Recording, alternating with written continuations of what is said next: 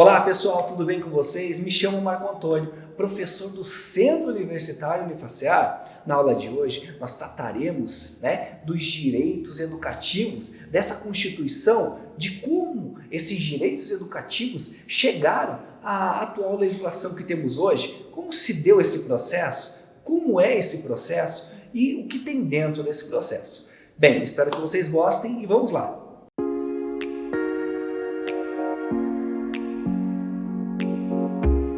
E aí pessoal, tudo bem com vocês? Tudo legal, tudo bacana? Eu me chamo Marco Antônio, sou professor do Centro Universitário Unifacear. Na aula de hoje trataremos da introdução conceitual da Constituição e os direitos educativos. Olá aluno Unifacear! Seja bem-vindo à aula sobre a introdução conceitual da Constituição e os direitos, e os direitos educativos. Trabalharemos as suas perspectivas de efetividade, tendo em vista ser este um direito constitucionalmente resguardado a todos e que se mostra como essencial para a concretização dos demais direitos fundamentais do homem. A relevância da educação em nossa sociedade é indiscutível. A introdução se constitui em instrumento essencial e determinante para a capacitação ao trabalho e para a formação da consciência cidadã nas comunidades humanas. O atual estágio do capitalismo, pautado na revolução científico-tecnológica e na globalização, denota então um relevo ainda maior à educação, porque quanto mais capacitado, melhor será o seu posicionamento dentro dessa estrutura capitalista. Vejam, pessoal, vejam muito bem isso. Hoje, em qualquer propaganda, qualquer coisa, quando você vai, especialmente em âmbitos educacionais, eles não utilizam assim, você necessita do conhecimento de um curso superior ou de um curso qualquer. Eles falam, se capacite para o mercado de trabalho. Então, nossa educação é uma educação voltada para o mercado de trabalho, correto? É por meio dela que pode ser alcançada a própria evolução do Estado. Foi apenas com o desenvolvimento da capacidade crítica de todos os brasileiros e sua qualificação para o trabalho que se torna possível a evolução de um Estado de direito. Parece assim cada vez mais evidente que a solução para a violência, alienação, um incipiente desenvolvimento econômico ou para as desigualdades sociais, isso é a educação. Então, assim, quando nós falamos que é por meio dessa evolução que o Estado tem, que a qualificação para o trabalho, ela é vista como algo primordial, como algo importante. Então, assim, a partir desse desenvolvimento para o trabalho, do cidadão para o trabalho, ocorre então um desenvolvimento econômico do país. Então as desigualdades elas vão aos poucos sendo supridas, segundo esse pensamento. Aí eu cito Saviani para vocês. Saviani é um autor muito interessante, ele fala de políticas públicas, e de outros assuntos também, tá, pessoal? Mas ele trata de políticas públicas, em um livro publicado em 2016. Temos edições atuais, e ele vem tratar que a questão dessa desigualdade social, então o Estado, para que se diminua essa desigualdade social, ele vai buscar medidas, metas, através de políticas públicas que venham diminuir essa desigualdade social, dando uma equidade. Então o Estado ele passa a ser garantidor para que hoje, no caso, o desenvolvimento econômico venha a se dar de uma forma mais homogênea, mais igual, esse desenvolvimento, para que não haja tanta desigualdade social. Vejamos, analisando dados, é o que nós vamos ver, assim, podemos analisar aqui, há um processo de aumento de desigualdade social, uma diminuição. E daí isso, quando nós falamos, não é uma coisa, é um elemento externo, mas é um elemento que cabe ao Estado, o Estado de Direito, né? O Estado vem para garantir o direito básico a esse cidadão, né? Por exemplo, que é o caso da educação. Então, vislumbrando o pleno exercício da cidadania, a Constituição Federal prevê como seu instrumento fundamental a universalização da educação básica. De fato, a instituição educativa, a serviço do bem-estar social, complementa, ao lado da família, o desenvolvimento pessoal e social das crianças e dos adolescentes e contribui decisivamente, travou pessoal, olha só, para a melhoria da vida de cada cidadão. Busca-se ainda, com o presente estudo, analisar o enquadramento do direito à educação sob a epígrafe dos direitos fundamentais e como parcela indissociável do denominado mínimo existencial, demonstrando a essencialidade dos direitos sociais, dentre os quais se inclui a educação. A metodologia a ser adotada, consistirá no uso das mais variadas fontes de pesquisa, a jurisprudência, a doutrina, a legislação e subsídios informativos. Assim, desenvolver-se-á uma análise do tema no sentido de apreciar o tratamento cedido pelos tribunais e doutrinadores à matéria. Quando falamos então do conceito, nós temos que pensar que a educação é uma palavra pequena, singela e ao mesmo tempo com dimensões imensuráveis devido à sua amplitude que se concretiza na própria existência humana. Advém daí a enorme dificuldade em conceituá-la. A existência de diferentes acepções de educação que se perpetua ao longo da história, ocasionando diferentes formas de conhecer o termo, tais como vulgar, teológico, filosófico, seja pelas ciências, como pela pedagogia, filosofia, sociologia, a política, o direito e muitas outras. Mas é inegável que o conceito prévio se faz necessário. Contudo, não existe um conceito único de educação, tal como o do direito, tomando por base esses dois paradigmas e a própria Constituição. Nós podemos afirmar que a educação é um direito social indispensável, constituindo um instrumento pela qual o cidadão atinge a sua formação plena e o exercício da sua liberdade. Na educação se encontra o poder de transformar toda a realidade de uma pessoa, de um estado, de um país, pois constitui fonte de libertação, capaz de gerar segurança, reconhecimento, valorização do trabalho humano, respeito aos princípios basilares da vida em sociedade, tais como liberdade, igualdade, solidariedade, enfim. Sem educação não há saúde, segurança, não há democracia, não há futuro. A educação detém a capacidade de, ao mesmo tempo, proporcionar meios para o desenvolvimento pessoal do indivíduo e, consequentemente, da sociedade na qual ele se encontra inserido. A Constituição Federal, no capítulo 3, no artigo 5, ela estabelece a educação como direito de todos e dever do Estado e da família, ingressando no ordenamento jurídico pela norma de hierarquia superior, motivo pelo qual a sua aplicação encontra sujeita ao controle do direito. Nesse contexto, a gente tem que pensar que é possível afirmar que a educação é uma sequência de atos praticados dentro de um processo que constitui o meio para se alcançar as finalidades prescritas na lei maior, que é o pleno desenvolvimento da pessoa, cidadania, qualificação para o trabalho. A educação, então, ela é um processo contínuo, Ela se inicia com o nascimento, com a vida, quando passamos a ser sujeitos de direito, cabendo à família, Estado, o dever de cuidar, de proporcionar a realização plena do ser humano.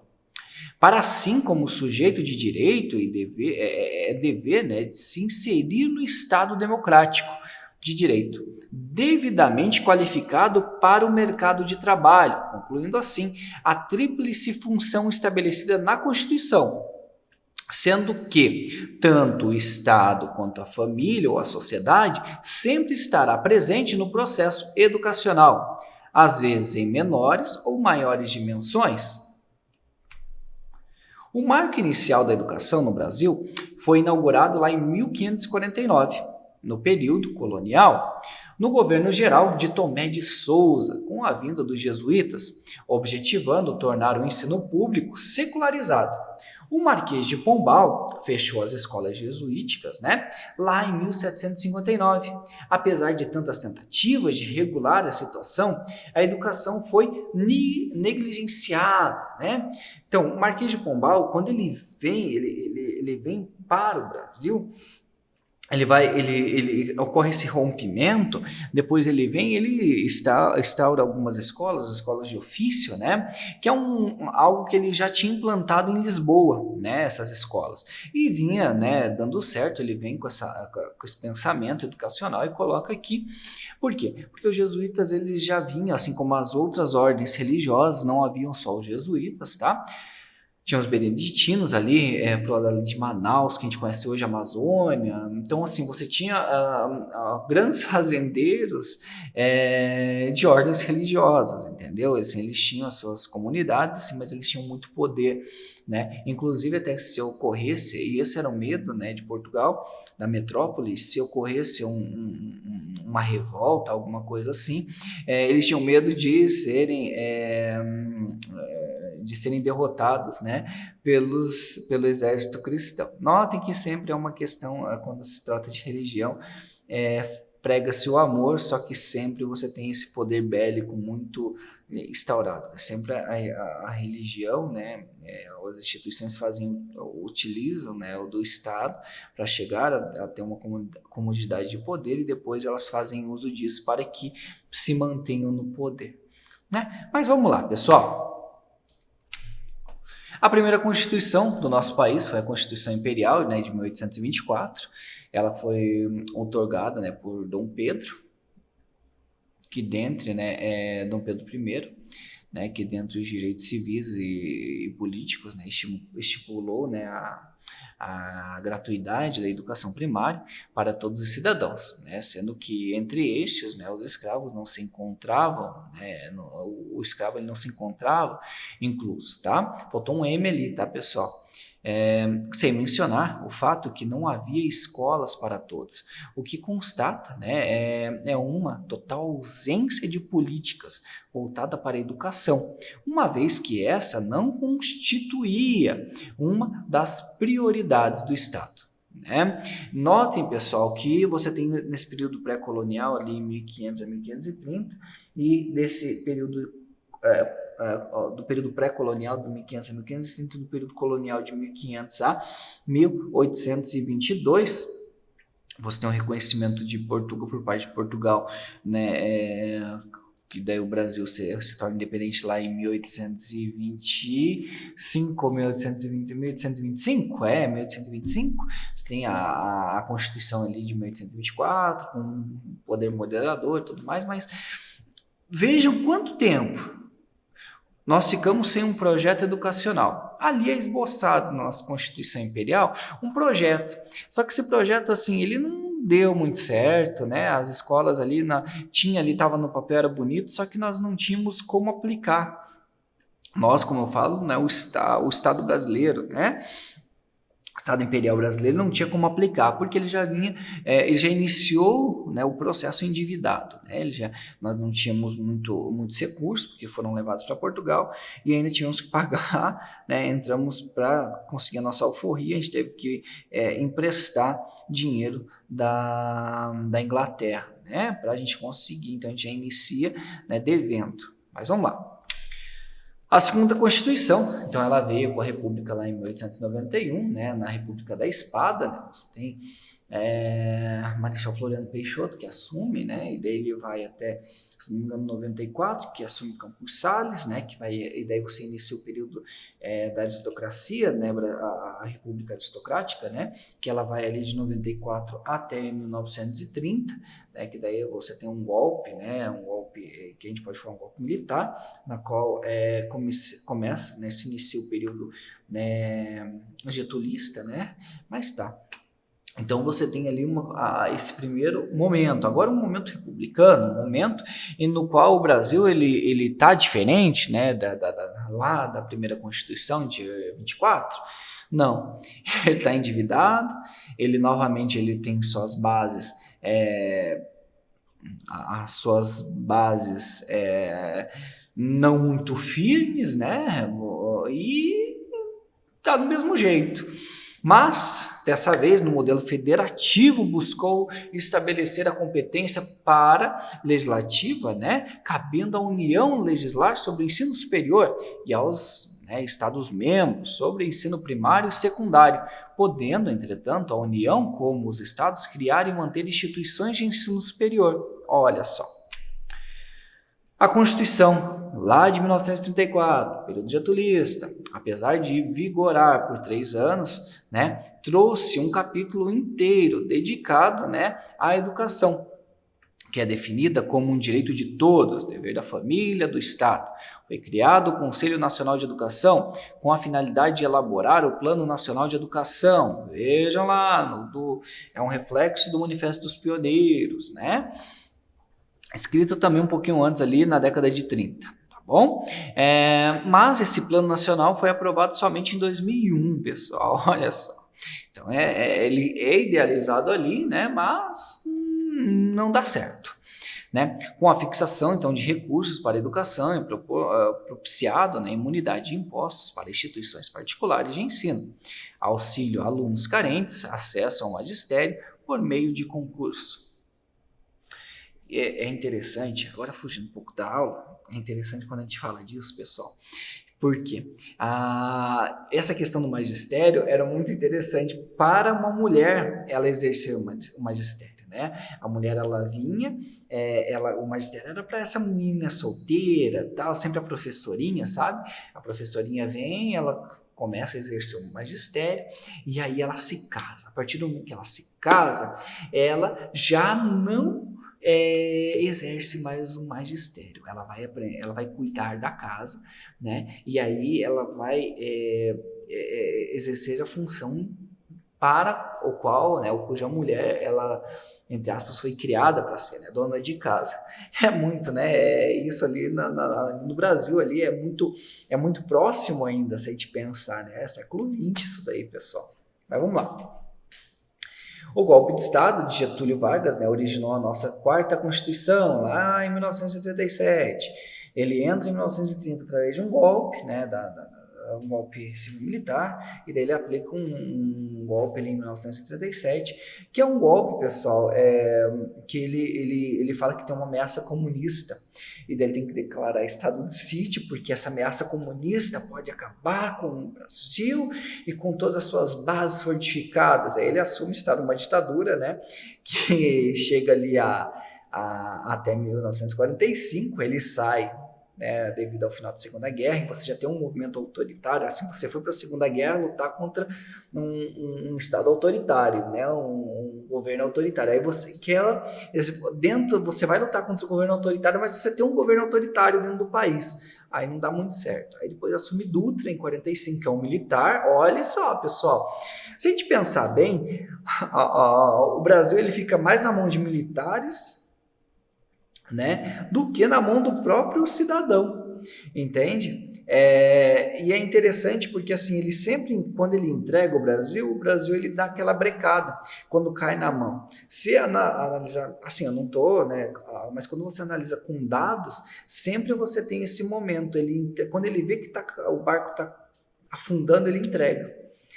Entendeu? Por quê? Porque eles tomam o poder, sempre com esse ideal positivista de revolução e tudo mais, só que eles não, quando eles entregam, eles acabam se atabalhoando, entregam um Brasil diferente, quebrado, né? E há sempre um processo de reorganização. Nesse processo de reorganização eles chegam, né, e vamos tomar novamente o poder, porque é um momento de crise. Eles tomam novamente o poder, de forma direta ou indireta, e aí acontece sempre a mesma coisa. É nítido, né, isso, desde esse processo que a gente pode estar falando aí desse processo da República Brasileira, né, lá em 1889. Mas tá, vamos lá. Então, assim, quando a gente fala, né, desse pensamento, né, desse golpe ali, Getúlio em 37, né, então a gente tem, né, esse pensamento que muito se difere do anterior, né, pois a educação não é vista sob o mesmo prisma, pois não apresenta preocupação com o ensino público, verifica um processo de exclusão e discriminação da educação. Com a destituição do poder de Getúlio Vargas em 46, vejam lá, pessoal, final da Segunda Guerra Mundial em 45, 46 ele sai. O Brasil passou por um processo de redemocratização, né? A Constituição promulgada estabelecia a gratuidade do ensino primário, que deveria ser realizada na escola e no lar, deixando, né, de estipular a obrigatoriedade do Estado em fornecê-lo. Mas apesar disso, a Carta foi de suma importância para o direito educacional brasileiro, né? Pois durante a sua vigência, lá em 1961, se deu a promulgação da LDB. Essa promulgação, notem pessoal, se eu não me engano, os debates ali começam na década de 40, eu não vou falar bem o ano, mas ela inicia ali na década de 40 e ela só vai ser aprovada em 61. Então, notem esse processo para você estabelecer umas leis, diretrizes de base de educação. Então, para iniciar esse projeto ou pensar essa educação como um projeto, né, é feito ali em 61, só que você tem um debate muito grande que permeia, inclusive, a ditadura, né, esse período ditatorial brasileiro, da ditadura militar. Então, assim, você tem um período, ocorre sempre um debate ali, né, de que você tem um aumento, por exemplo, de pessoas formadas com ensino superior. Não é um debate novo isso, pessoal. Os militares eles falavam, hoje em dia tem muita gente formada, e isso não é bom. Você precisa de pessoas que vão fazer um curso técnico, e aí para esse curso técnico não há necessidade de diploma. Para quê? Para que essas pessoas possam realmente trabalhar e ganhar menos, porque se a pessoa faz um curso superior, ela não tem ela fazendo um curso superior, mesmo que seja uma engenharia, alguma coisa do tipo, ela não vai ter, ela vai receber, o salário dela vai ser muito mais alto. E isso não é bom, porque as empresas estavam vindo ali, né, quando tem o Juscelino Kubitschek abrindo ali na década de 50, para essas empresas montadoras, né, virem para o Brasil, elas querem mão de obra mais barata, né, então é algo complexo. Ali você tem a normativa de 75, você tem que vai sempre mantendo a estrutura da mesma forma, né, classe dominante ascendendo ali a cursos superiores e tudo mais, e sempre a classe mais pobre, né, sendo deixada de lado, sendo excluída, tá? Mas isso aí é para um outro momento, tá? Mas não deixa de entrar nessa questão de direito assegurado, né, à educação. Após o golpe militar de 64, né, 3 anos depois foi promulgada a Constituição de 67 pelo governo militar, que pela primeira vez trazia nos seus artigos a educação como direito de todos e dever do Estado. Olha só, pessoal. Finalmente, em 1988, foi promulgada a Constituição das Constituições. A Constituição Cidadã atual, né, a seção 1 do capítulo 3 do título 8 foi destinada exclusivamente à educação. Devido à relevância do tema, a Constituição passou a aplicar a educação no decorrer, né, do seu corpo, né, quando fala, né, no título 3 da organização do Estado. No capítulo 2, da União, a qual será objeto do estudo adiante. Fato é que a Constituição declara a educação como direito de todos e, ao mesmo tempo, responsabilidade da família, da sociedade e, sobretudo, do Estado, o qual deverá traçar mecanismos, né, objetivando a construção de uma sociedade mais igualitária, solidária e, acima de tudo, livre de preconceitos. Ao longo das constituições, né, a educação brasileira foi objeto de estudo de vários autores que, ao término, né, dos seus estudos, acabam por apresentar um quadro de abandono e desleixo, o que se evidencia, né, nas estatísticas do governo e organizações internacionais. Fato é que, seja em menores ou maiores proporções, tendo por bases o momento vivenciado no país, as constituições brasileiras, ao longo da história, sempre abordaram a educação em seus textos. A Constituição Federal estabelece no artigo 22, né, inciso 24, que as diretrizes e bases da educação nacional é matéria privativa da União, cabendo, né, a esta dispor sobre as normas gerais. Portanto, os estados, o Distrito Federal e os municípios, mesmo diante da omissa da União, que se mantém inerte, os entes federados, visando suprir a lacuna constitucional, não podem legislar sobre as diretrizes e bases da educação, sob pena de inconstitucionalidade.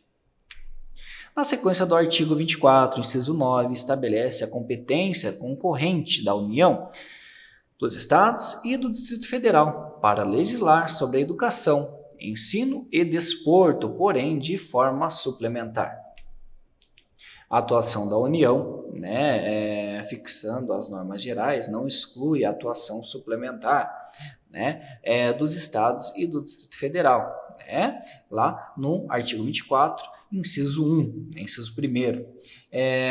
Assim fixadas as normas gerais pela União, caberá aos Estados e ao Distrito Federal complementar a legislação federal, tendo em vista a peculiaridade, né, regional, por meio da expedição de normas específicas estaduais e distritais.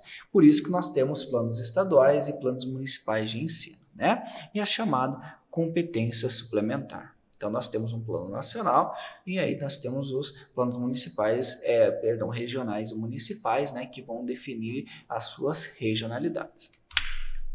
Na ausência da lei federal que venha a disciplinar sobre normas gerais, os estados exercerão a competência legislativa plena para atender às suas necessidades, né?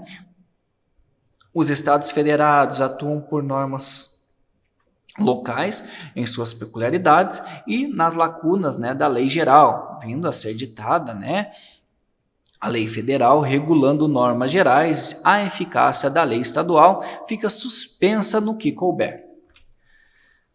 No artigo acima, né, os municípios não foram contemplados, pela Constituição com a competência concorrente, mas os mesmos são detentores de uma competência genérica suplementar à legislação tanto federal como estadual no que couber, né, na Constituição Federal, no artigo 30, inciso 2.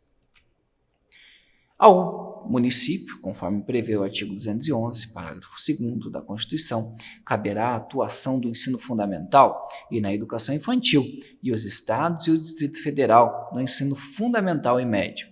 Isso lá no artigo 211 da Constituição Federal, inciso 3º.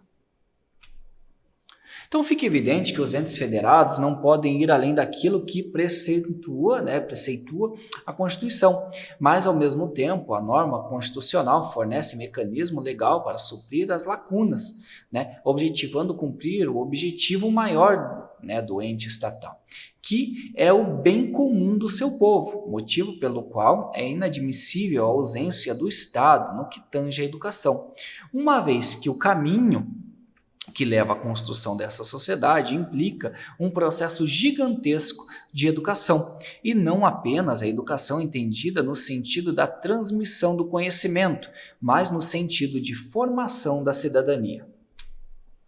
A educação, então, ela é um conjunto de ações objetivando o desenvolvimento do indivíduo para a sociedade, onde, através da difusão do conhecimento empírico, técnico e racional, aquele melhor se interage e contribui para a evolução social da coletividade. Assim, os entes estatais, em suas competências originárias e derivadas, têm o dever de difundir a educação como um todo. Não está limitada pela Carta Constitucional ou outra norma suplementar a competência exclusiva e restrita de cada ente na federação. União, Estados, municípios e o Distrito Federal têm definidas as suas prioridades e competências, mas, dentro de suas necessidades locais e peculiaridades, podem atuar em áreas distintas da educação, como o ensino superior, né, ser órbita de difusão da União, né, podem os municípios atuar na sua disponibilidade ao cidadão. Contudo, essa faculdade de absorção de outras competências, né, de oferta do ensino, não lhe permite a compensação ou financiamento pelo outro ente originário, o que, diante de nossa extensão territorial, concorrências, né? A nossa extensão territorial interconcorrências da gestão descentraliza, né, é um entrave à oferta adequada, né, do ensino em todos os seus níveis, né, a população brasileira. Os princípios, né, eles transmitem a ideia de condão, né, do núcleo, do próprio ordenamento jurídico, como vigas mestras, né, de um dado sistema. Então, elas funcionam como bússolas para as normas jurídicas, né, de modo que estas, né, apresentam preceitos que se desviam do rumo indicado.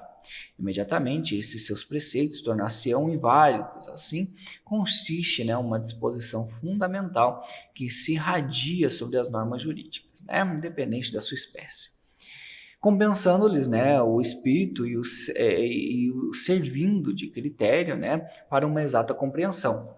A irradiação, né, do seu núcleo ocorre por força de abstração e alcança, né, todas as demais normas jurídicas, moldando-as, né, conforme as suas diretrizes de comando. É inegável que as normas constitucionais que norteiam, né, o direito à educação encontram-se, né, alicerçadas nos princípios, fato este que se encontra notório ao analisar o artigo 208, inciso 1º da Constituição Federal, que estabelece o ensino fundamental obrigatório e gratuito ao mesmo tempo, em que o parágrafo 1º proclama direito público subjetivo, garantindo assim a sua aplicação imediata, bem como a incontestável tutela jurisdicional. A educação, né, que se encontra inserida no rol dos direitos sociais ou de segunda grandeza por sua natureza positiva, confere ao Estado, né, uma obrigação de fazer ao mesmo tempo. Por estar fundamentada em princípios, né, não estabelece uma norma semelhante à regra definindo condutas, bem como suas consequências, né? O que se tem é uma norma que, por um lado, se define, né, o tratamento jurídico a ser aplicado, né, a um caso concreto, por outro, devido à sua amplitude, né, confere um vasto leque, né, de alternativa para soluções de conflitos, tendo por base a ponderação de valores, né, constituindo este o meio mais adequado na luta do judiciário para solucionar os conflitos vivenciados pela sociedade. Nesse sentido, né, Canotilho, ele acaba expondo, né, que, consequentemente, os princípios ao constituírem, né, a exigência de otimização, permitem um balanceamento dos valores e interesses, né, consoante, né, o seu peso e ponderação de outros princípios, né, eventualmente conflitantes. Ao se falar, né, em princípios que regem a educação, não se pode deixar de abordar, né, o princípio, né, basilar do Estado democrático de direito, né, o princípio da dignidade da pessoa humana, que são verdadeiros vetores de onde jorram todos os outros princípios que norteiam, né, o direito à educação. Ao se falar que todo ser humano é sujeito de direito e deveres, que vivendo, né, em comunidade possui direito de uma subsistência digna, o Estado assume o dever de garantir o mínimo indispensável à subsistência humana e não subhumana, né? Nesse sentido, o direito à educação integra essa parcela mínima indispensável à sobrevivência do homem. Ao viabilizar, né, uma educação de qualidade a todos os seus cidadãos, o Estado está proporcionando que todo, né, sem qualquer discriminação, todo sujeito sem qualquer discriminação seja merecedor de uma vida digna, né, diminuindo então as desigualdades sociais, né, a origem de tantas mazelas que atormentam o povo, né, ao mesmo tempo que atribui capacidade aos seus cidadãos, né, de reivindicar os seus direitos, né, o que só se torna possível graças ao conhecimento do mesmo. A dignidade da pessoa humana, né, tal como a educação, representa a própria subsistência da espécie, né, a vida e a liberdade.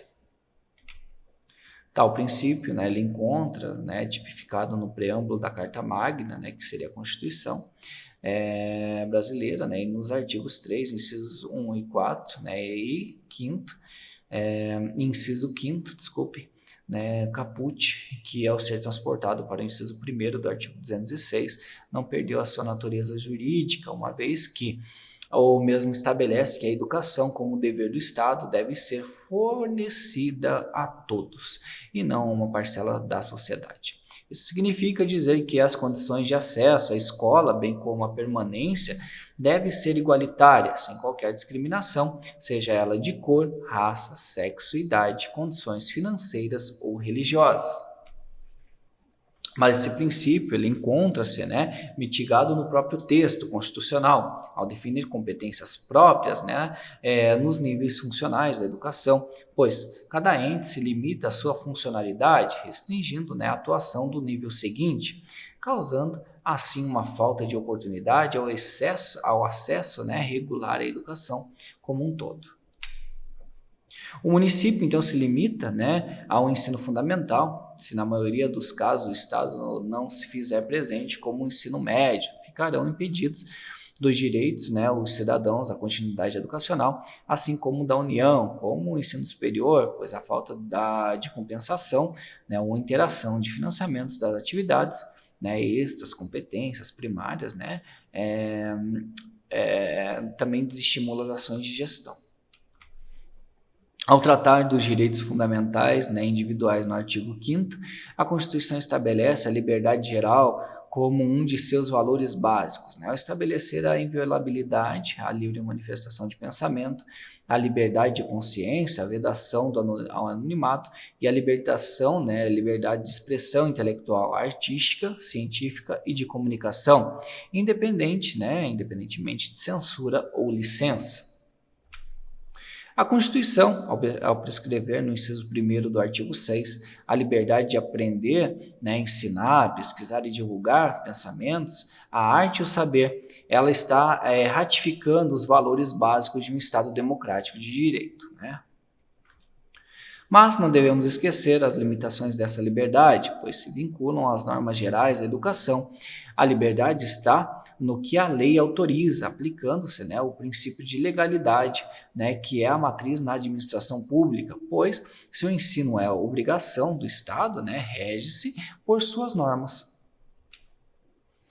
Ao ensinar o conteúdo e finalidade, é dentro, né, do que a lei determina, o modo, a técnica, né, tem-se a liberdade desde que alcance os fins educacionais curriculares, né? Então, o presente princípio ele encontra-se alicerçado na diversidade. Em face do pluralismo político, lá no artigo 1º, inciso 1º da Constituição, né, sobre o qual encontra fundamentado o Estado Democrático de Direito, significa que não cabe ao Estado impor um único modelo a ser aplicado no processo de ensino. Não existe uma forma pré-estabelecida no processo de aprendizagem, pois o mesmo deve obedecer às realidades regionais e ideológicas de cada escola, a qual buscará a forma mais adequada de ministrar as aulas, tendo, né, em foco o aluno, buscando integrar a família e a comunidade nesse processo contínuo de aprendizagem.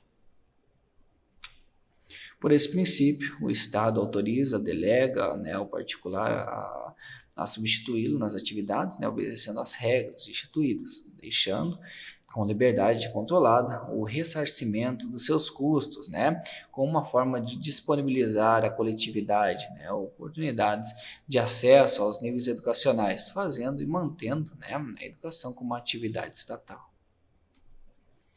A inclusão do princípio da gratuidade da educação no rol, né, dos princípios constitucionais, veda, né, qualquer possibilidade de, né, que o projeto de lei venha a estimular que o ensino público deva ser pago. Neste contexto, encontra incluso o ensino fundamental, médio e superior. A educação é dever do Estado, assim não poderá remunerar-se dele, né? Tem que cumprir sua obrigação constitucional de fazer, né? Assim gera, né, controvérsias, né, no pagamento de despesas educacionais, pois, né, se é seu dever, e o particular exerce o papel do Estado diante da possibilidade do mercado. É porque aqui ele não se faz presente, assim vindo outro a supri-lo. E, por este princípio, deveria o Estado ressarcir tais despesas, não, né, o cidadão, o que o leva a pagar pelo mesmo direito ao Estado, né, pelos tributos, né, ao particular, pelas mensalidades. Então, notem que é dever do Estado proporcionar, por exemplo, a educação. Só que a partir do momento em que o Estado ele oferece, mas ele não impede que haja um setor privado que forneça isso, né? Então, assim, é algo bem complexo de se debater aí, né, pessoal? Uma controvérsia muito grande aí sobre isso. Fica definido, né, que o ingresso do serviço público ocorrerá via concurso de provas, né, e títulos, que é uma disposição constitucional, né, inafastável de acesso aos cargos públicos. A valorização do professor fica estipulada como princípio constitucional, garantindo que o magistério público se organize, né, em plano de carreira, impossibilitando, né, desta forma que o quadro seja composto de forma isolada. São mecanismos que possam proporcionar, né, o profissional de educação maior empenho e melhor educação do ensino através de melhorias salariais e de incentivos na continuidade da carreira do magistério, inclusive atualmente com a instituição de piso nacional de salário para o professor. Esses princípios, né, esse princípio ele deriva dos princípios do Estado Democrático de Direito, que vem especificando no artigo 1º da Constituição Federal, né, tais como soberania popular, cidadania e pluralismo político. Pois a educação como dever do Estado deve estar centrado na democracia, ou seja, uma gestão escolar que envolva a comunidade escolar, não somente no processo de escolha dos seus dirigentes, através de eleição, mas em toda a administração financeira e pedagógica. O processo educacional não pode vir de cima para baixo, uma vez que se concretiza com a participação de todos os entes envolvidos, participando efetivamente da gestão escolar. Este princípio tem dois sentidos objetivos: integrar e trazer para a escola a população, pois assim todos poderão usufruir direta ou indiretamente desse direito, exercer o controle social da atividade na sua qualidade, gestão e finalidades. É incontestável o fato de que nada adiantaria prescrever a educação como um direito de todos e ao Estado ao mesmo tempo mesmo tempo dever do Estado, né, sem a garantia que fosse assegurado, né, o padrão de qualidade, né? A qualidade é que garante que os objetivos da educação serão alcançados, possibilitando o pleno desenvolvimento da pessoa humana, viabilizado, né, a sua inserção no mercado de trabalho e, acima de tudo, o pleno exercício da cidadania. Ao fornecer uma educação de qualidade, o Estado estará erradicando a pobreza, combatendo as desigualdades sociais, a marginalidade, pois fornece aos seus cidadãos a oportunidade de transformar toda a sociedade, né? E simultaneamente atingindo os objetivos do artigo 3º da Constituição Federal.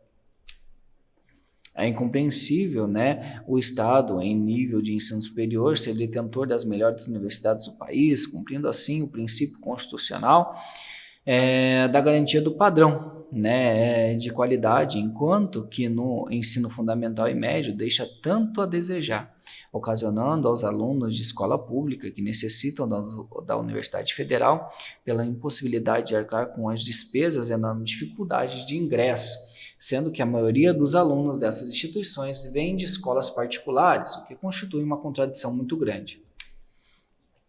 ocorrendo a violação do princípio constitucional, uma vez que o aluno de escola pública acaba tendo que se valer de faculdades particulares, isto quando não param de estudar, acarretando o aumento das desigualdades sociais, o desemprego, a marginalidade, provocando a quebra de outros princípios, como o da igualdade, liberdade e dignidade da pessoa humana e outros. O que se verifica é que, na grande maioria, alunos de escolas particulares serão universitários de universidades federais, ao passo que alunos de escolas públicas serão acadêmicos de faculdades particulares, o que constitui total desrespeito ao princípio constitucional de garantia de padrão qualidade, uma vez que a educação pública pode ser um processo contínuo, a educação básica não pode ser vista como um processo independente do ensino superior. O presente princípio foi introduzido na Constituição Federal, pela EC 53 de 2006, e definiu que a regulamentação ficava a cargo da lei federal, cabendo ao Poder Executivo Federal a iniciativa legislativa. Vindo a ser regulamentado pela Lei 11.738 de 2008 de forma parcial, a lei prescreve o piso inicial de valor de R$ 950 para o profissional federal com carga horária de 40 horas mensais com formação em nível médio. Esta maior participação financeira da União na educação básica representa um avanço e uma maior valorização do profissional na educação e, consequentemente, melhor qualidade de ensino, constituindo o objetivo do princípio. Então, pessoal, de acordo com Selma Garrido Pimenta, a educação é um processo de humanização que ocorre na sociedade humana, com a finalidade explícita de tornar os indivíduos participantes do processo civilizatório e responsáveis por levá-lo adiante. Com base nessa premissa, verifica-se que a qualidade da educação de uma sociedade é a premissa indispensável para o seu desenvolvimento. O direito à educação deve ser vislumbrado como condição essencial para uma vida digna, como direito fundamental, que baseia-se diretamente no princípio da dignidade humana e a sua efetivação constitui condição essencial para o alcance da justiça social. A Constituição de 88, então, ela concede todos os direitos a uma educação plena e de qualidade. No plano infraconstitucional e legislação, a legislação, por meio dos diversos instrumentos normativos, resguarda a concretização desses direitos. Entretanto, o panorama que se vislumbra no cotidiano das instituições de ensino brasileiro se mostra completamente diverso do desenhado pela legislação, pois a mera existência desse aparato jurídico não assegura a sua aplicação. Para que haja uma efetivação do direito da educação, mostra-se indispensável uma ação responsável e compromissada dos administradores públicos, acompanhada de uma atuação fiscalizatória do Poder Legislativo e da intervenção do Judiciário, sempre que se mostre necessário. Inexistem, entretanto, no ordenamento jurídico brasileiro efetivos mecanismos para a garantia de que uma responsável gestão de educação já concretizada, da mesma forma que faltam métodos eficazes de responsabilização dos gestores públicos por meio da inércia, falta de comprometimento ou até mesmo desonestidade na área da educação. Mostra-se indispensável que a má atuação do poder público com a efetivação desse importante direito fundamental seja objeto de medidas capazes de modificar a atual conjuntura e proporcionar à população um ensino de qualidade nos moldes fixados pelos preceitos constitucionais. Sanções administrativas que restringam a interrupção de repasses ou restituição de dinheiro público desviado não resolvem o cerne do problema. É indispensável o desenvolvimento de mecanismos jurídicos que obriguem o gestor público a respeitar a legislação e cumprir as obrigações constitucionais. Por essa perspectiva, mostra-se indispensável o controle judicial de políticas públicas como forma de proporcionar a efetivação dos direitos resguardados constitucionalmente.